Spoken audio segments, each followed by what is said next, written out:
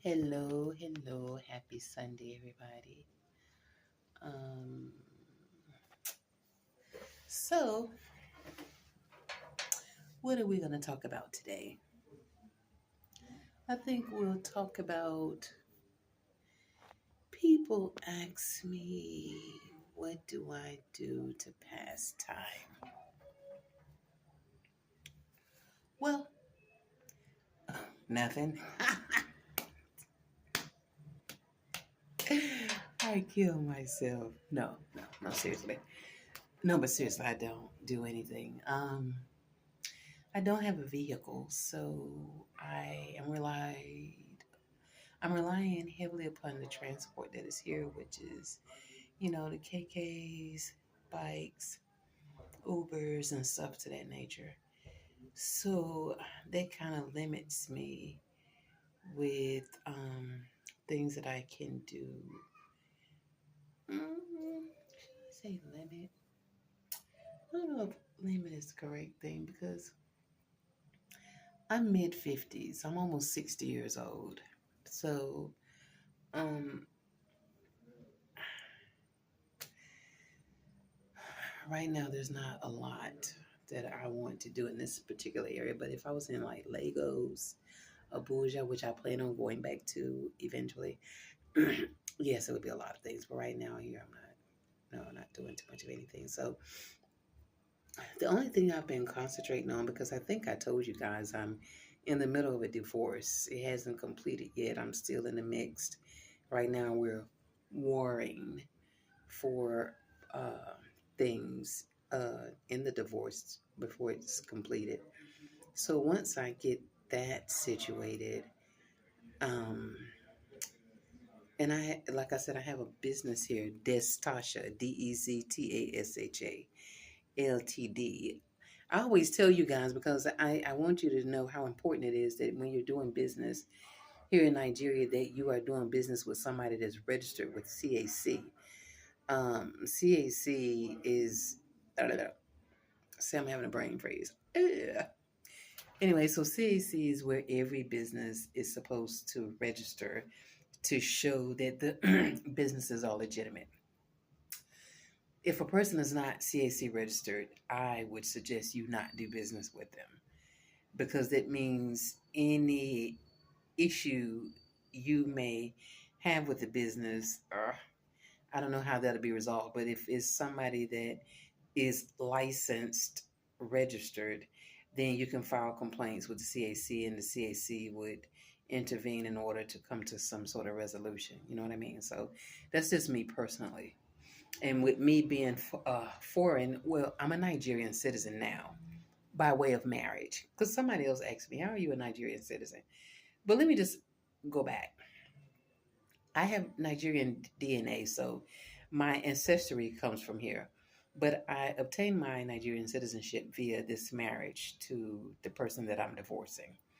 So my plan, even prior to meeting him, was to go abroad and live because I was so sick of the U.S. I was so when I tell you I was so overwhelmed. I'm in the medical field. I was so overwhelmed in the USA. My blood pressure, my uh, mental health, everything. I was just so overwhelmed being there, and I just felt like I was a walking time bomb that I was subjected to just explode at any time. I needed to get out of that place to find myself, to find my peace, to get tranquility in my life. I could not, for the life of me, I could not. And I was in the same job for many years, and I just could not get out of this place that I was in. I was like sinking fast. I was even going to a psychiatrist. Uh, yeah, well, I was seeing a psychiatrist online for like depression. So it was just so much, just being in the States was just so overwhelming to me. I said, this after 50 something years, this cannot be it. I cannot continue This cannot be what life is all about. That I'm going to continue in this tailspin, work. Okay, in order to have anything, I have to work like a runaway slave. I have to just work. There is no rest, and then to be in corporate America, to be in the medical field, the type of degradations and disrespect that you can find along the way, and it was just getting too much. And then I was finding it harder to hold my tongue for disrespectful supervisors and management, where I was feeling myself beginning to come out of pocket with my mouth because I was just tired. I was tired of the disrespect whenever they felt like they can do and say what they want to do and say because they were over me, and I was beginning to say, the fuck you can. The fuck you can. Because I'm going to tell you, this is how I was beginning. I didn't do it, but I'm going to tell you, this is where I was beginning to go. I was getting to the point where I was saying to myself, I wish a bitch would. That's where I was, baby. I'm telling you the truth. I was getting to the point where I was saying, I wish a bitch would. Supervisor, manager, director, bitch, I will whoop your ass up in this place. That's what's going to happen because I'm tired of you motherfuckers. That's where I was going, baby. Excuse my language. I'm just trying to keep it 100% with y'all. That's where I was at in the U.S. Ooh, child, when I think about it. So I said, you know what? I got to free myself from this because I am spiraling. I am spiraling. If the right person say the wrong thing to me on the right day, bitch, I'm going to be on the news. That's what I said. So, my first thing is I wanted to go to Costa Rica, Panama, something like that. I would go to or any Spanish speaking country because I speak Spanish too. So those were the options. And then I just happened to come along and meet the Nigerian man that I married. And just to show you, well, anyway, so that's what got me here. And, like I tell people, I'm a spiritual person. So being that I met the Nigerian man, I come from Nigerian ancestry, I felt like that was part of the ancestors' plan to put me on path to go back to bring my my generation back home. And that's what my family members are feeling too. We're all in agreement to that. So anyway, and um so I'm here. And once I got here and really sitting with the decision I made as far as the type of person that I married, the realization hit me that he wasn't the person that I needed in my life. He wasn't the person that I needed in my life. He brought nothing to my life. Just four mouths. He had three children. So he just brought four mouths. Other than that, he brought absolutely nothing to my life. So I still tried to work it out. And I tried to work it out until I said I'm not. So, and that was the greatest sense of freedom to me. And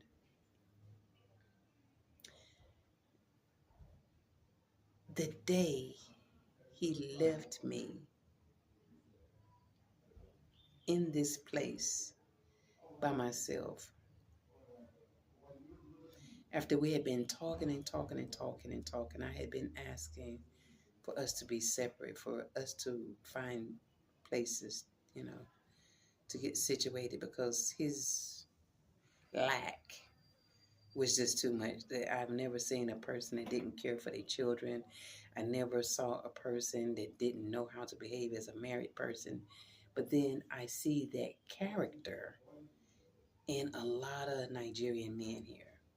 That lack, that they can do anything that they want to do, and a woman should not question what they do. But I'm not born Nigerian. I have to tell them, I'm not born here. Any goddamn thing you do, you're going to have to answer it to me, because you got to make it make sense for me, baby. You're not going to do what you want to do with me. See? And um, because I lack that ability to allow a man to bulldozer me, I'm beginning to feel that maybe I'm just not built for Nigerian men, because the majority, I'm not going to say all, the majority of them are very macho and very headstrong, and they think it's their way or the highway.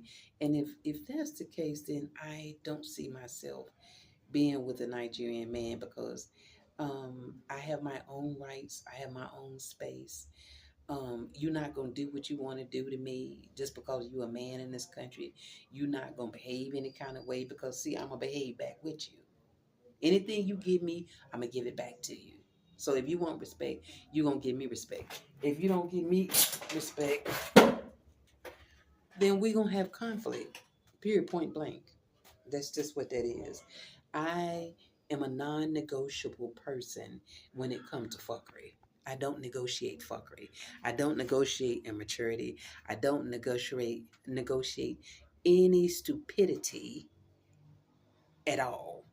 So if we can't sit down and have a conversation to rectify issues that we may be having in our relationship dash marriage, if I can't sit and talk to you and you can talk to me like a reasonable person and give me mature respect out with your peoples, you're not gonna go and stay out overnight. If you stay out overnight, come get your shit, and wherever you staying overnight, that's where your black ass need to be at. Period, honey. What y'all talking about? See, uh,